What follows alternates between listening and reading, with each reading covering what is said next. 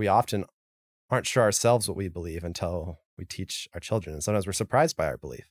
Right. Sometimes you're surprised how much conviction you have about God when your child's there asking you a question. Sometimes you're surprised by some of the ambivalences you have. And so teaching children, I think, often teaches us about our belief.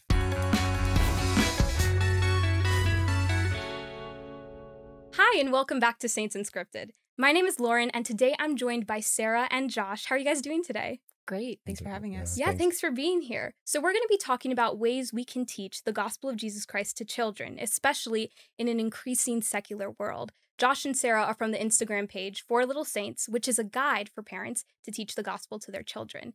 So I'm kind of the odd one out here. So I'm going to be learning a lot from you guys today because I don't have kids yet. I hope to someday. But I feel like there's so many ways that we could go about teaching the gospel to kids and so many methods to take. So how do you like to teach the gospel to your children? That is a big question. Oh, yeah. Wow. As you say, I think there's a million ways to teach the gospel of Jesus Christ.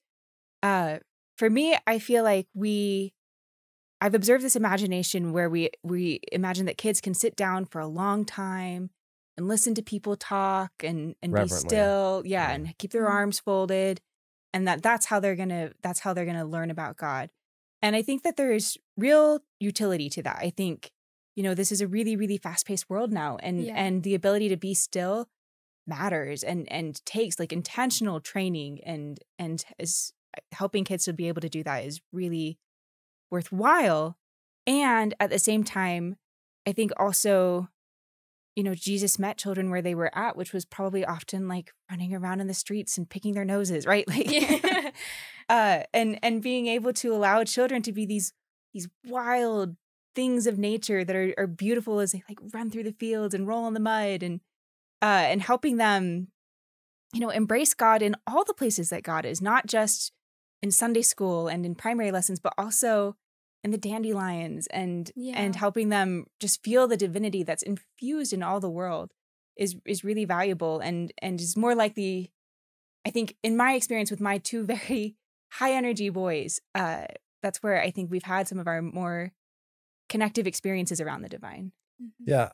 Just to add on a little bit, I do think loving people and loving the world are probably the two best ways to teach children to love God, right? Because that's what God tells us is to love the world and love people, right? Right. So I think that's probably the best way to reach children and to teach them about God. But more prescriptively, more like doctrinally, there are stories we have, right? Mm-hmm. And that's what our project was. We wrote the Book of Mormon Storybook, which was 50 stories from the Book of Mormon written for children. Right. And we wrote it because we felt like what was out there was sort of flashcardy, where it was like, this is the information you're supposed to know because it's in the scriptures. Right. Or, who was this person, or just sort of facts, or really focused on doctrine. Like, these are the things you're supposed to know. But we wanted children to experience it like a story, because children will sit and listen to stories, right? Absolutely. Children love stories. Children get invested in characters and they feel deeply. I'm actually floored sometimes by how my children respond to stories. Like movies, they'll watch a movie and they'll be like filled with emotion afterwards, right? And they'll cry, right? Easily, like more easily than me, obviously.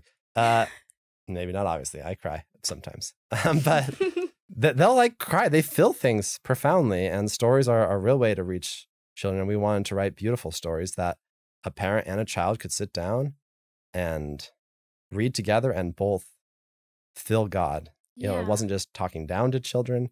It wasn't, this is just for the children to learn, making sure they get their studies in. And it wasn't just for the adults, and the children had to just sort of like sit and bear it, but something that both could really meet together. And that was the goal of these stories. I love all of that. What you're saying reminds me of Sesame Street, which is a show I think everyone's familiar with. When Sesame Street came out, it was the first of its kind for children programming. And studies following that show actually proved that when you merge entertainment with education, you create an emotional reaction in children. And that actually allows them to remember the information to commit it to their long-term memory. And it would help a lot of children before they got even into preschool or nursery or first grade to learn at a faster pace than kids who didn't watch Sesame Street. And when I was reading stories from your Book of Mormon Storybook, what I saw was that you guys made it entertaining and even humorous at times, but not in a way that dumbed down the material. So you're not assuming that kids can't understand difficult concepts or gospel principles once it's explained to them. Even some of the language you use, like tragedy. I remember seeing that word yesterday, and I can't imagine that, if I'm reading that to a 5-year-old, they'll necessarily understand what that word means. But if you're saying that if you explain it to them, they can understand. So I love that you're using language that's a little bit more advanced so they can learn and it opens discussion for them with their parents. I love that you're entertaining them so they can have an emotional reaction to the gospel and remember it more long term. And for a faith that is so based on feelings, like feeling the Spirit or praying in your heart to know if something is right and true, it is so important that from the time they start scripture study with their families, that they're able to feel God's word instead of just know it. Yeah. I think we even use the word, we use the word subjugation and other big words because, we're really not trying to simplify it even. Right. Children live in a world where there's tons of things they don't understand and they're still able to string things together. All of us do. Right. We create constellations and we're able to piece meaning together. And so children don't need to understand every word. Right. We do have a definition for subjugation. That's one. Throughout the book, we define different words. That's very smart. And we also use. You mentioned sort of this humor. We often use what we call playful anachronisms. There's like chocolate milk. They probably didn't have chocolate milk. And they use the post office. We do these little playful things. It's not trying to be a modern retelling. Just trying to place these modern familiar things into their world for children to grip onto. Well, and I think one of children's great gifts to us as a church actually is their imagination. Children have just incredible imagination and attention as well, I think, in a way that is hard to replicate. Like I can't remember the last time I sat down for many hours and watched ants crawl across the sidewalk, but my kids will do that. Not for many hours maybe, but for like 20 minutes, and the ability to sit with just this brain full of ideas and imaginations, I think is a gift really unique to children that can be activated towards God, and towards creativity and engagement in this really beautiful gospel story that we've inherited. Absolutely. And that's why I always think it's important to welcome curiosities and questions from your kids because they will have so many. And sometimes you won't know how to answer them, but I think when it relates to the gospel, the important part is to let them know that you're never going to leave them alone in trying to figure out the answer. Even if you aren't able to figure out the answer, you are going to be with them in figuring it out, or at least figuring out as much as you possibly can. Yeah, no, I think a large part of the gospel work is asking questions, right? Just the process of sitting with questions too, not even getting to answers. That's part of the whole, everyone's life in some ways is a question, right? And you have to sit with those. And I think faith is a tool for exploration as much as certitude. In all of what we've been discussing, why do you think there should be an emphasis on teaching children about God or about Jesus Christ or even the Book of Mormon while they are young? Yeah, that's such a great question. So I think the Book of Mormon is a really interesting text, partly because it's so narrative and partly also because that narrative resolves pretty tragically. We get like the annihilation of an entire civilization. Right. You don't really see that in other books of scripture where there's such this linear narrative that moves to such a abhorrent ending, right? And so that's tough for kids, but also I think actually pretty familiar in some ways to where parents and humans find themselves all the time, where we're faced with this world that's full of tragedy and sorrow and injustice and unfairness, and we're faced with the task of like recognizing that and accepting that and then somehow moving forward. And I think that's where God becomes really, really important, is the ability to recognize what's in front of us and face it for what it is, but also have hope and have the ability to move forward with some sense that there's some sort of divine kindness undergirding all of that or accessible through all of that. And I think that's a real gift that parents have when they're able to bring their children to God and to a sense of God's love for them, even in the face of what is often a world that's pretty full of sorrows.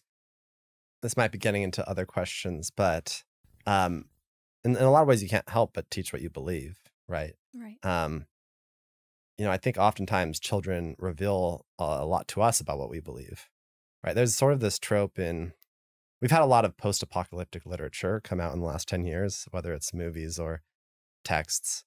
And there's this sort of common trope that's developed where there's like an adult caring for a child, right? The adult doesn't know if they even believe in a future or, you know, in a God or anything, and yet they teach the child to believe, right? And that this is something that has happened in a lot of texts now.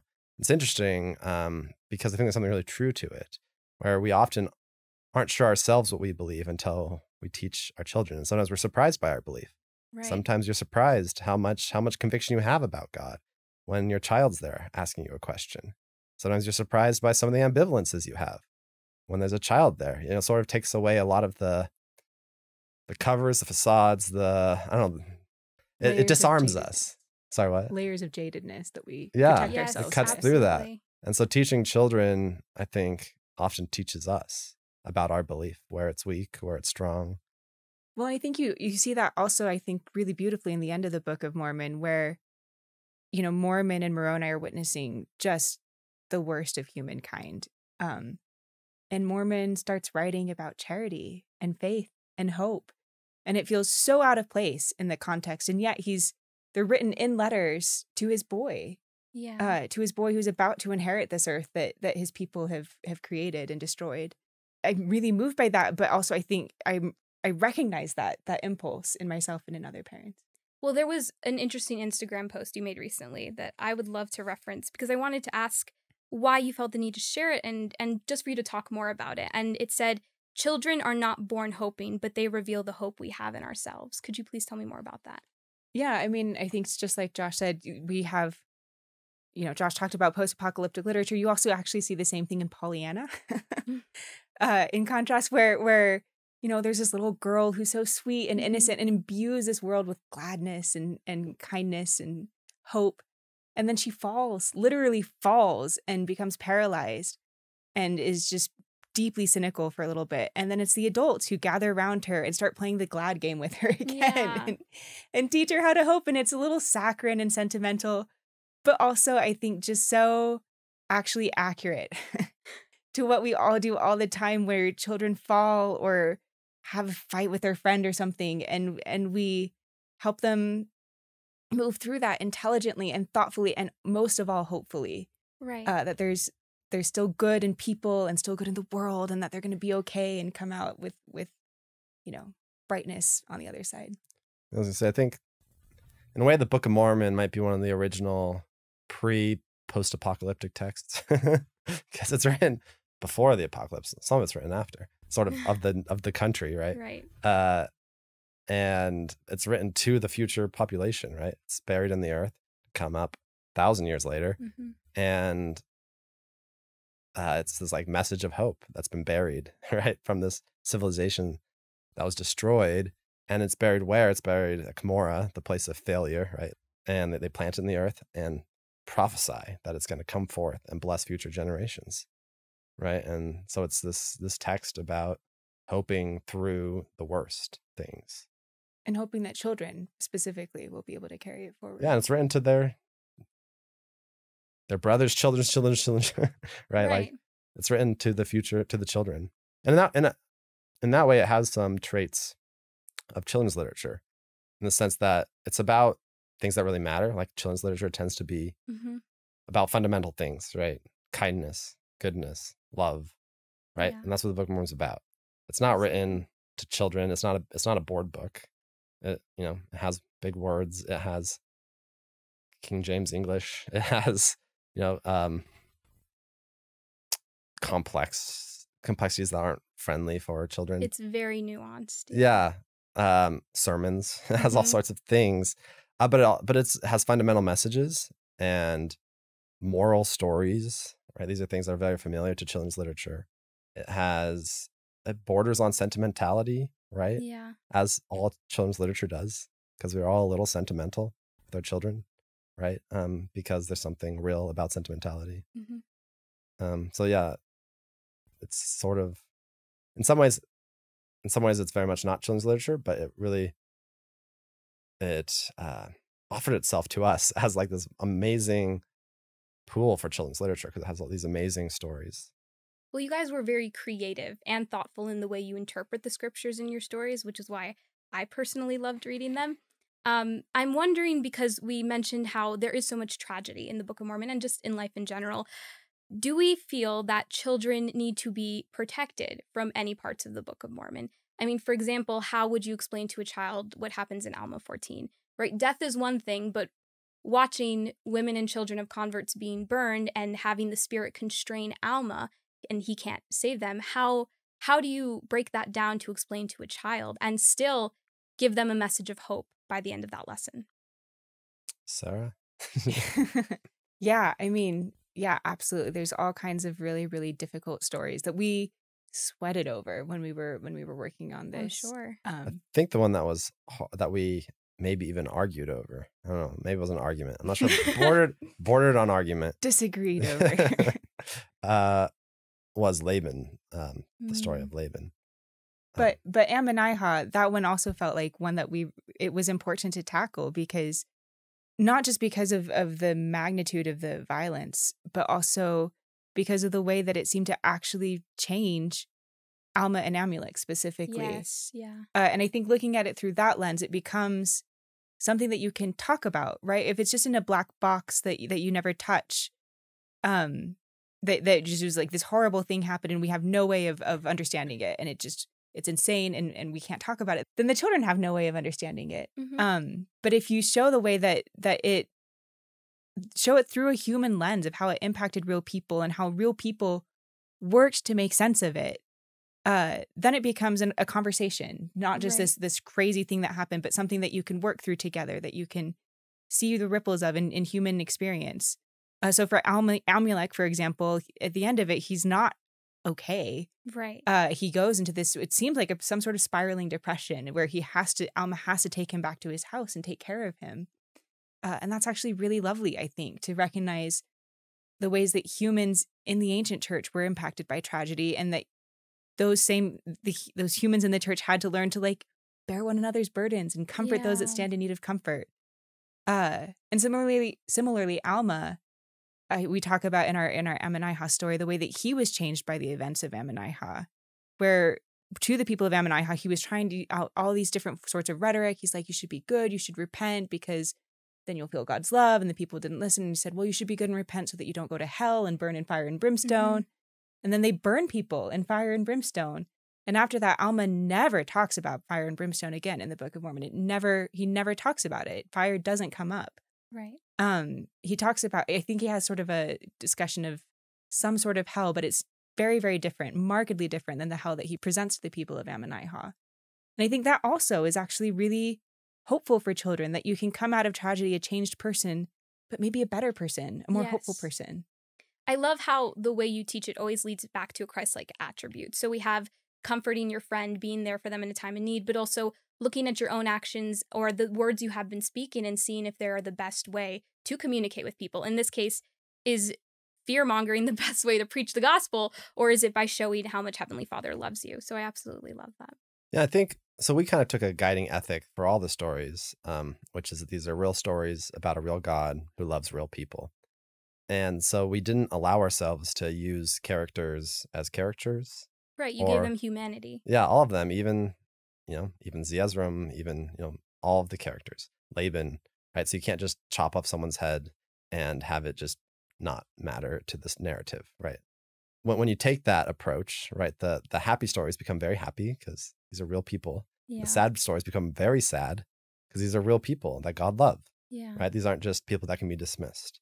But it was amazing how when we did this, first the villains became so much more full. Like you got them. Like they made sense. They weren't just villains there to support another narrative. Like where they came from made sense. Yeah. And this happens to us like surprisingly for all of them. That there's like all this textual support for like where these philosophies came from. So this is actually from our story about Nephi killing Laban, and this was the one that we like had a discussion about whether or not intense, passionate discussion whether or not we should even include it, because how do you talk about a prophet of God beheading somebody in a way that is appropriate for children? How do you do that? And it felt so hard because this is a story that I myself struggle with, as a grown adult. And so we ultimately decided to try to tell this story but to tell it as acknowledging the value of every single soul in that story. And so that requires, I think, a different sort of approach than just like, well, Laban was bad, so it's okay, right? Right. God, which is a very simplified, not 100% true answer. Yeah. And Laban was probably had moral failures. Right. That's true, but he was still a precious soul of God's. Absolutely. And so our approach to telling it was, I think it was the hinge part of this story was defining faith and trying to define faith for children. And so I'm going to read that definition that we have in this story.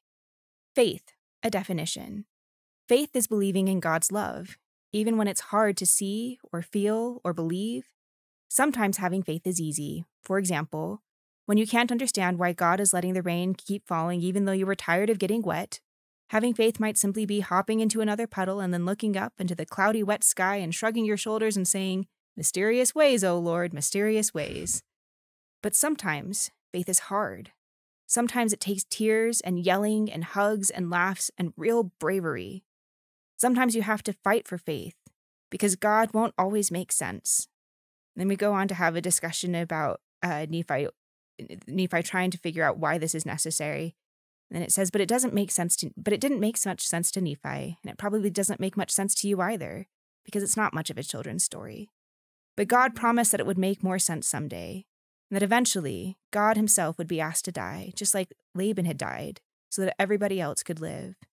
Someday, God said. Someday. And then the story concludes with Nephi coming back with the book to his parents and crying on Sariah's shoulders. And just recognizing that this might have been necessary, but that didn't mean it was easy. Right. And that faith can be really, really painful and difficult sometimes. And kids might not understand all of the turns of that story and how God can be both kind and also, that a prophet could execute somebody. But they can understand that something can be both good and hard. Or required and hard. We also in the story bring up the Abraham story, right? There's another story very similar where a prophet is asked to kill his son. Right. But in that situation, an angel comes, right, and says like, "Don't do it. There's a ram caught in a thicket," right? And it's like, of course, like, of course he doesn't have to kill him. But no angel comes for Nephi, right? He does the same act of faith that Abraham does. He shows up. He does it.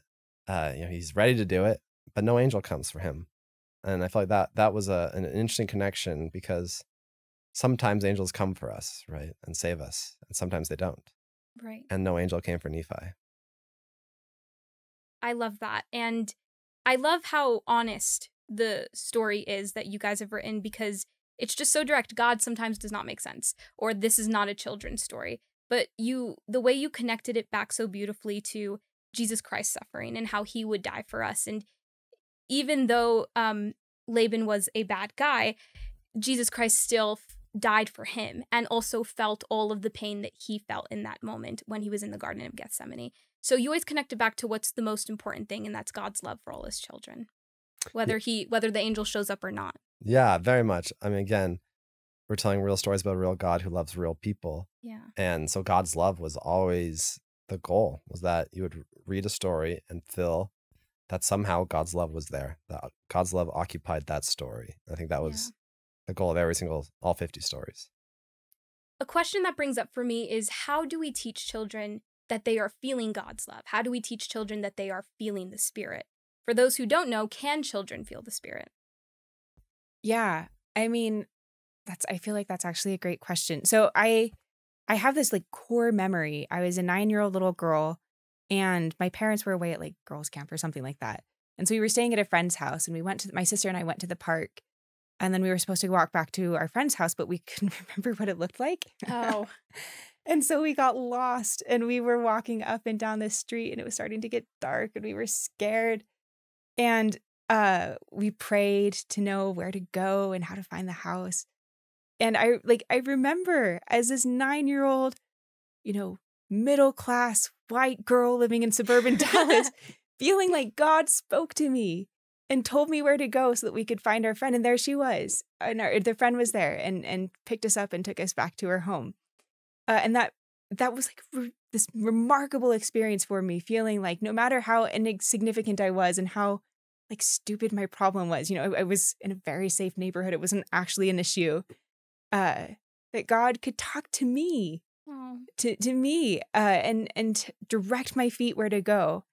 And I think that really shaped my experience of the divine in a profound way. But at the same time, I also think that's not necessarily how kids will experience God most of the time. Right. Yeah, I think most of the time children's experience of God is more like imagination and just feeling like this sublime beauty in the world and being part of that beauty and you know, going out and being a little wild and rambunctious, but also, you know, so full of grace and loveliness. Yeah. It's tricky. I'm just thinking of our two boys. You know, we talk about God a lot. We've written these stories. He listens to them every night. Mm-hmm. And he'll say things that are just way off. I can't remember some of them, but like, so is God in the cereal? Like weird stuff, right? Like just like totally bonkers. And it's like, huh. Oh my goodness. I thought we were like really like had this sorted out, right? And they'll just say like crazy stuff. And I'm not sure I'm like that stressed about it, right? Like, right. I don't even want to. Like sometimes he talks about God too much. It's like, let's back off a little bit. You know, like, take some breath. Yeah, I don't know, but yeah, I just think like kids are developing. I think like they feel love. They're feeling things.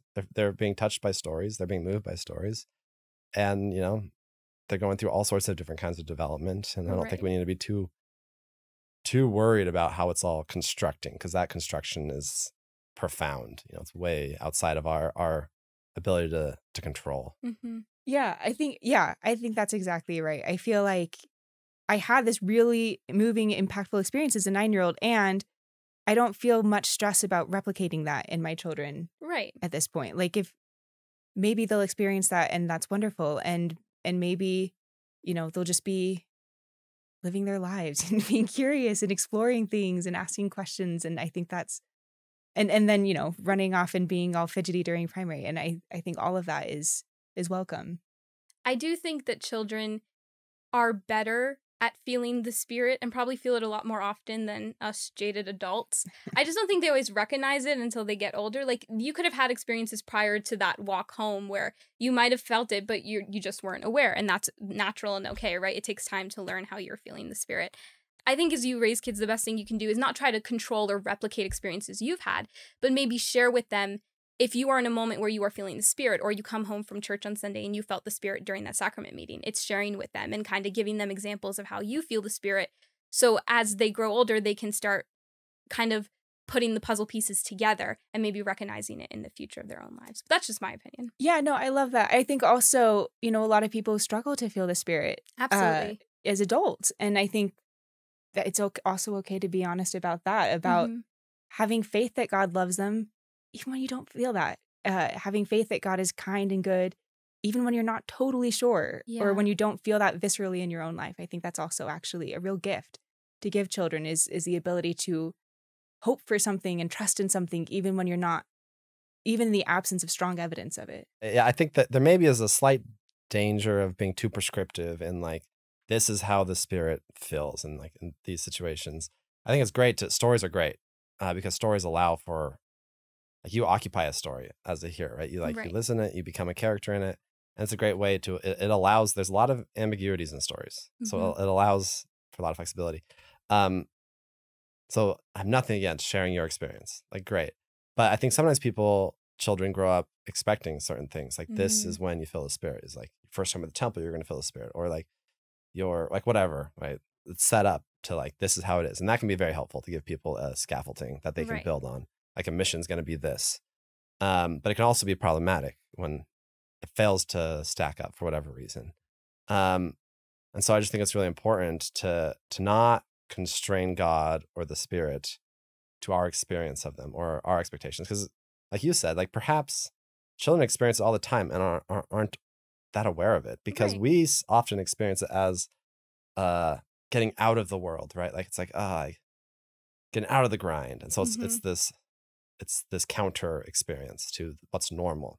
But children might just live in the Spirit, right? Like they might just, it might just be normal, right? Because God is in the world too. Yeah. And so, or more normal, and not that, they also argue and fight and everything. Yeah. But, I just think you can recognize the Spirit in a lot of ways, and you could certainly feel the Spirit just being held, being snuggled. You could feel this, you could feel the Spirit, looking at ants. Like the Spirit can be so much. And I guess I think we should want to be a little careful of like constraining it to like, when you're folding your arms praying, like this is when it happens. That's so true. Because it can happen in so many ways. And that's the story of Elijah and the whirlwind, right? Like it wasn't where it was expected. Instead, it was in the still small voice. And I think sometimes we've taken that to mean, oh, well, it's in the still small voice.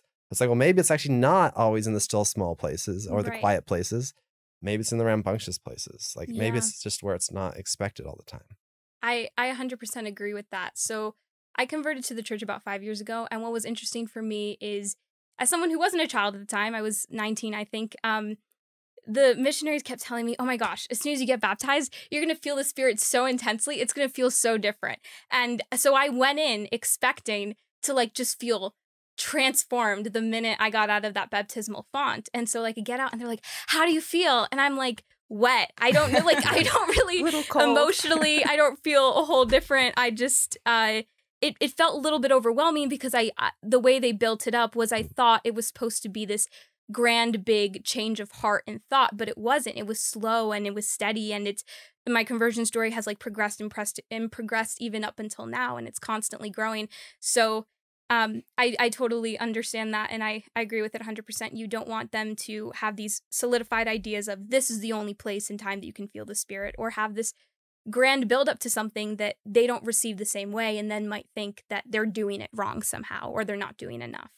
Or miss it, right? I mean, I think that's maybe because we're talking about the Book of Mormon, this is maybe one of those things. Like we have this promise that like you read it and then you pray about it and you'll be witness to, right? Like that so many people have tried that and been disappointed by it, or received a confirmation. And maybe we miss the journey, right? Yeah. Like maybe the reading of the Book of Mormon was full of moments of the Spirit, right? And it didn't need to be like the concluding prayer after you read the whole thing, right? Like, yeah. Right. Like, and I think that speaks to our lives, right? Like the Spirit speaks to us in so many ways, and God's present in the world, right? In so many ways, not just at church, not just in the still moments. He's there in the still moments, but he's there in many other moments. That's true. And we don't want to miss those, waiting for the ending when we'll get the answer, right? Yeah.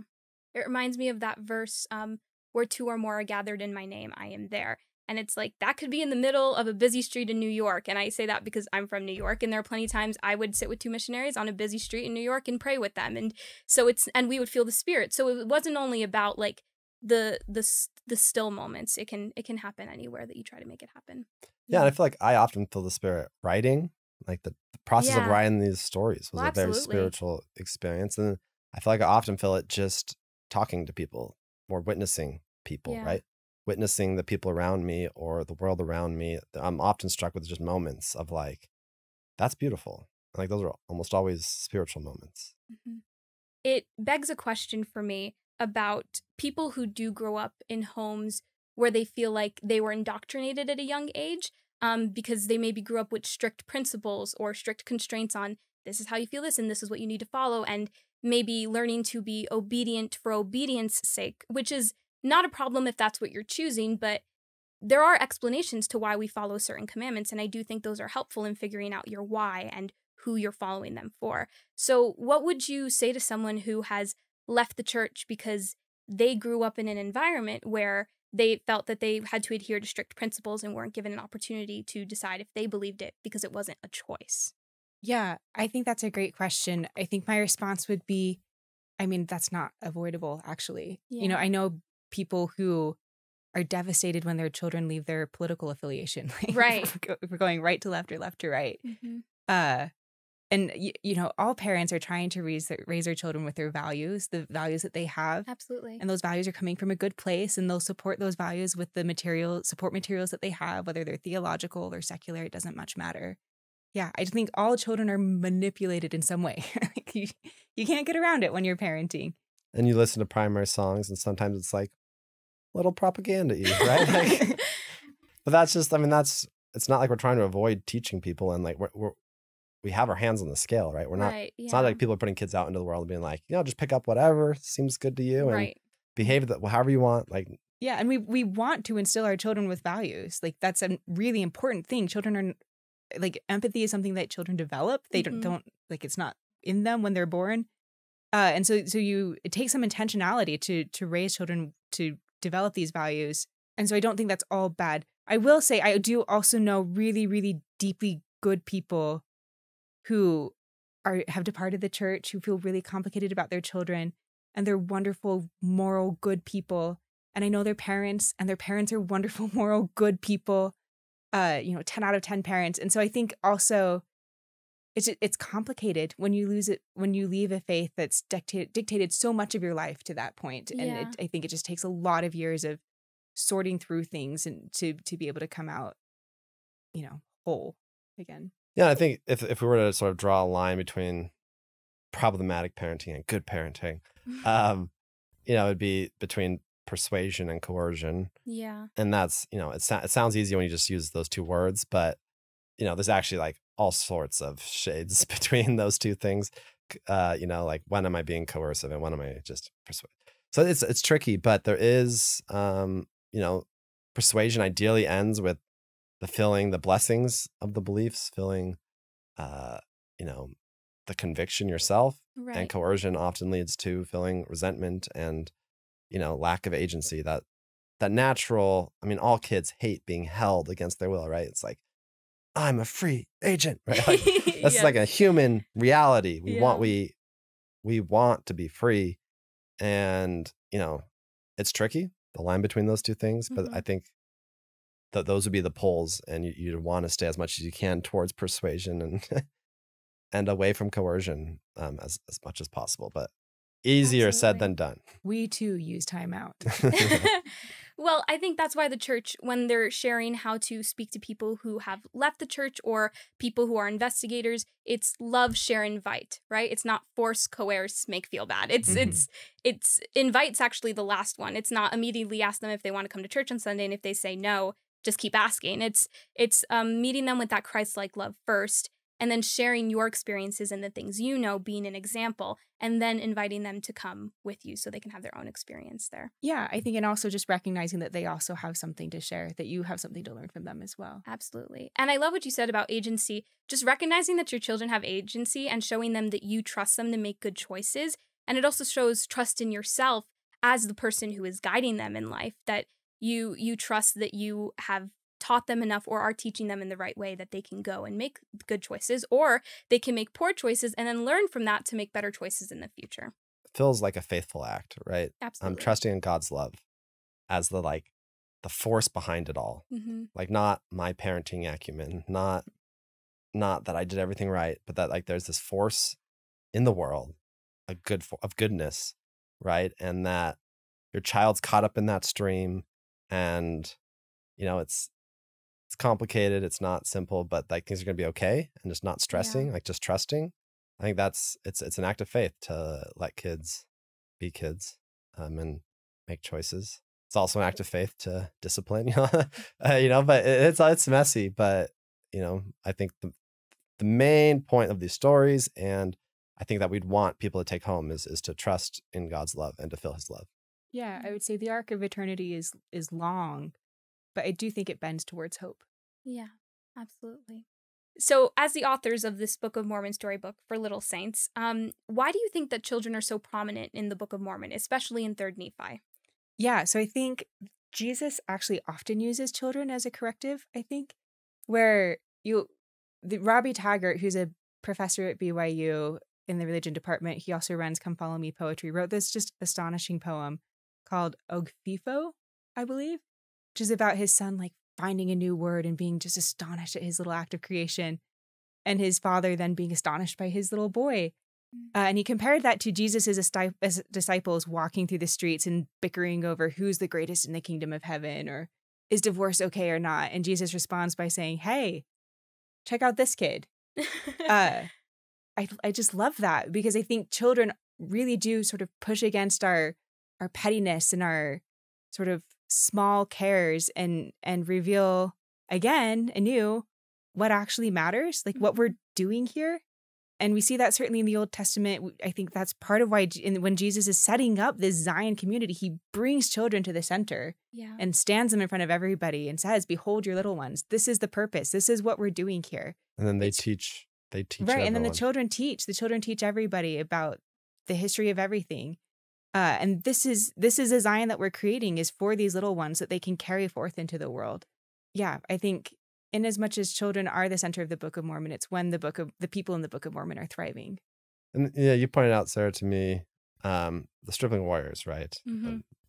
Likely pretty young children, yeah, really. And that they enter the narrative, and pretty shortly thereafter, the wars end, right? These wars that have been going on for decades. Yeah. Part of the end of these wars was seeing children in armor, right? Fighting, right? It's like, wait, what are we doing, right? Like, maybe we're wrong when children, the innocence of children, right, is this corrective to us often in our lives.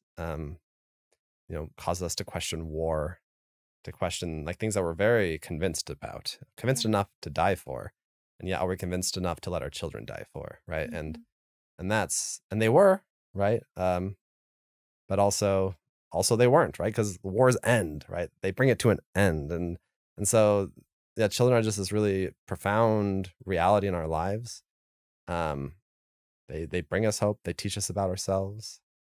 They teach us about God, and we try to teach them about all those things too. Could I borrow that? I was just going to. Okay, sorry.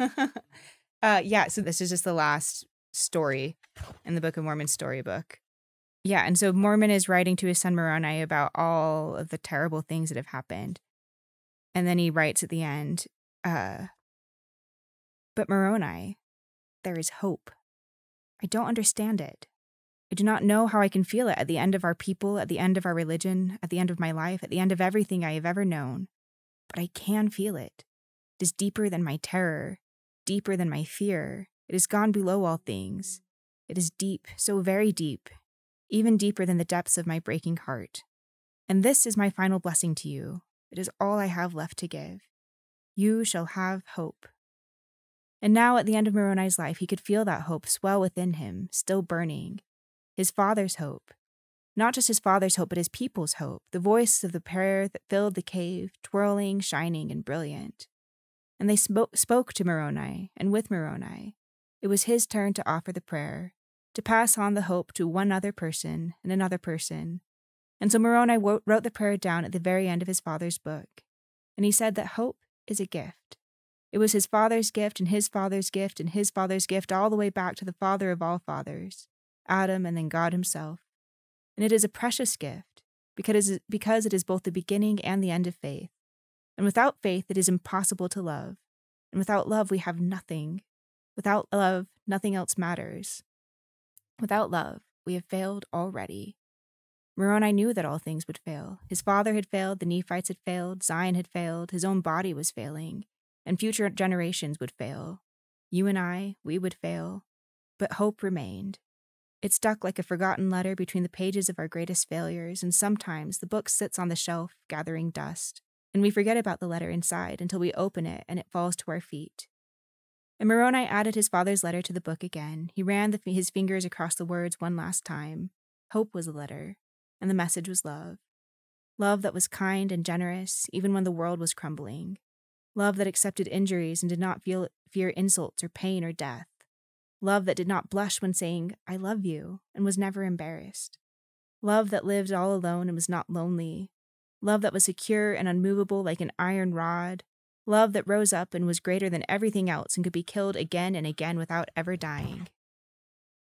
At the very end of Moroni's life, he could feel his father's love, which was God's love. And despite everything, it was enough. There was nothing else he needed, nothing else he desired. He was content. Soon it would be time to bury the book, his father's book. He would go back to the very place where his father had fought and all his people had died. He would put the book deep in the ground with all the Nephite bodies God had buried. There, in the place of failure, the place of death, in the place of despair, he would plant his father's hope. And he knew one day the seed would grow and the voices would speak again. And so Moroni wrote his final lines. He said that anyone who reads the book would need to do just what he had done. They would need to pray. And if you pray, you will hear them, the voices praying for you, hands reaching out, blessings over your head, filling your soul with indescribable, inexpressible, undeniable hope. Hope of our fathers and their fathers and our father and their father. And then, like the bud of an apple tree, hope will blossom into faith. And faith will grow into fruit, and we will eat the apple, and it will taste better than good. It is the best thing, it is the thing we've been hungry for all our lives. We will be filled with this love, and we will know that the voices, like the dust from the earth, are prayers from a real people who love a real God. And that God is seeing you fail and fail and fail, and he is reaching out his hands to help you up, and he is saying once more that you are good. The end.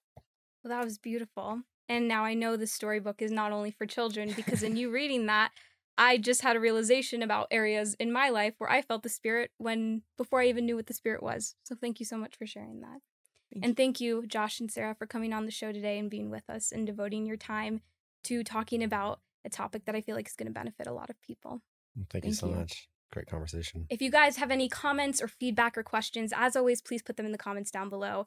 And remember, when times are tough, to always have hope, even if you think there's nothing left. Your Heavenly Father loves you, and we'll see you next time.